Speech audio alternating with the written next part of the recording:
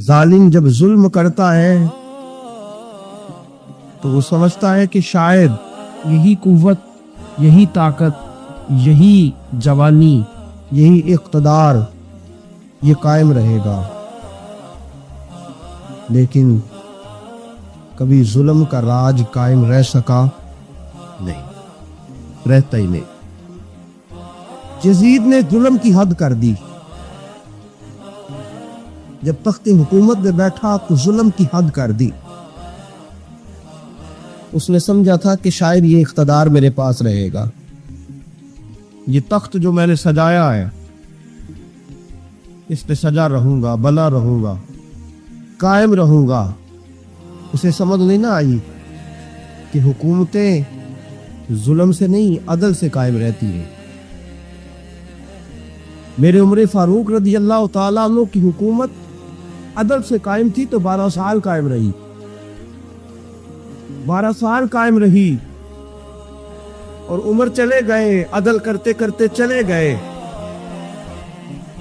لیکن مدینے کی گلی سے بھی جا کے پوچھو گے تو عمر کے عدل کی گواہی دے گی۔ مدینے کی گلی اور مٹی بھی کہے گی کہ عمر عادل تھا۔ یزید نے ظلم کیا نا، پورے 4.5 سال رہا، لیکن اس کا خیال تھا کہ میں جمع رہوں گا، بنا رہوں گا، رہ سکا نہیں، رہ سکا، کیونکہ اللہ غافل ہے، اللہ کو پتہ ہے۔ اور ایک اور بات بھی، ایک اور جملہ بھی کہنے لگا ہوں، اسے بھی یاد رکھیے گا، ظالموں کو مددگار بھی مل جاتے ہیں، ظالموں کو مددگار بھی مل جاتے ہیں، بلکہ ظالموں کے مددگار زیادہ ہوتے ہیں۔ بدی جلدی پھیلتی ہے، گناہ جلدی پھیلتا ہے، ظالموں کے مددگار زیادہ ہوتے ہیں۔ یزید کو مددگار ملے، ابن سعد ملا، ابن زیاد ملا، شمر ملا، خولد بن یزید ملا، بڑے اسے مددگار ملے جو کہتے تھے کہ بالکل کوئی خطرہ ہی نہیں، دنیا تو ترستی ہے تیری دید کو، اور سب خیر ہے، ہر جگہ امن ہی امن ہے۔ یزید جب ظلم کر رہا تھا تو سمجھتا تھا مجھے کوئی نہیں پوچھے گا، کوئی میرے قریب نہیں آئے گا، لیکن یارو اس تک دنیا کا کوئی بندہ تو نہیں پہنچ سکا، لیکن اللہ کا قہر تو پہنچ گیا نا، اللہ کے انصاف کا ہاتھ کو پہنچ گیا نا۔ رب تو ہے نا دیکھنے والا۔ عبید اللہ ابن زیاد کے دربار میں جب سیدنا امام حسین کا کٹا ہوا سر پہنچا نا، اس نے ایک چھڑی پکڑی، اور چھڑی پکڑ کے نا تو امام حسین کے لبوں پہ مارنے لگا، کہنے لگا تجھے کہا تھا نا بات مان جا، کٹا ہوا سر تشت میں رکھا ہے، تجھے کہا تھا نا بات مان جا۔ راوی کہتا ہوں عبید اللہ ابن زیاد نے چھڑی ماری اور اس نے بے ادبی کی، کہنے لگا تو تھا ہی اس قسم کا، تیرا یہی حال ہونا چاہیے تھا معاذ اللہ۔ حضرت بریدہ اسلمی حضور کے صحابی دربار میں موجود تھے، فرمایا ابن زیاد تو برا ہے، تیرا باپ برا ہے، چھڑی پیچھے کر، پیچھے کر، ہٹا لے۔ راوی کہتے ہیں کہ 1 2 3 4 5 6 سال گزر گئے، وہی کوفے کا دربار، وہی محل، وہی تخت اور وہی تشت جس میں امام حسین کا سر رکھ کے لایا گیا تھا۔ 6 سال کے بعد مختار ثقفی حکمران بن گیا۔ مختار ثقفی نے کہا کہ میں چن چن کے ماروں گا وہ بندے، انہوں نے امام حسین کو قتل کیا تھا۔ 1 نہیں 2 نہیں 4 نہیں 6000 بندہ مارا اس نے، چن چن کے۔ مختار ثقفی نے ابراہیم بن مالک کو بھیجا، فرمایا جاؤ قتل کر کے لاؤ۔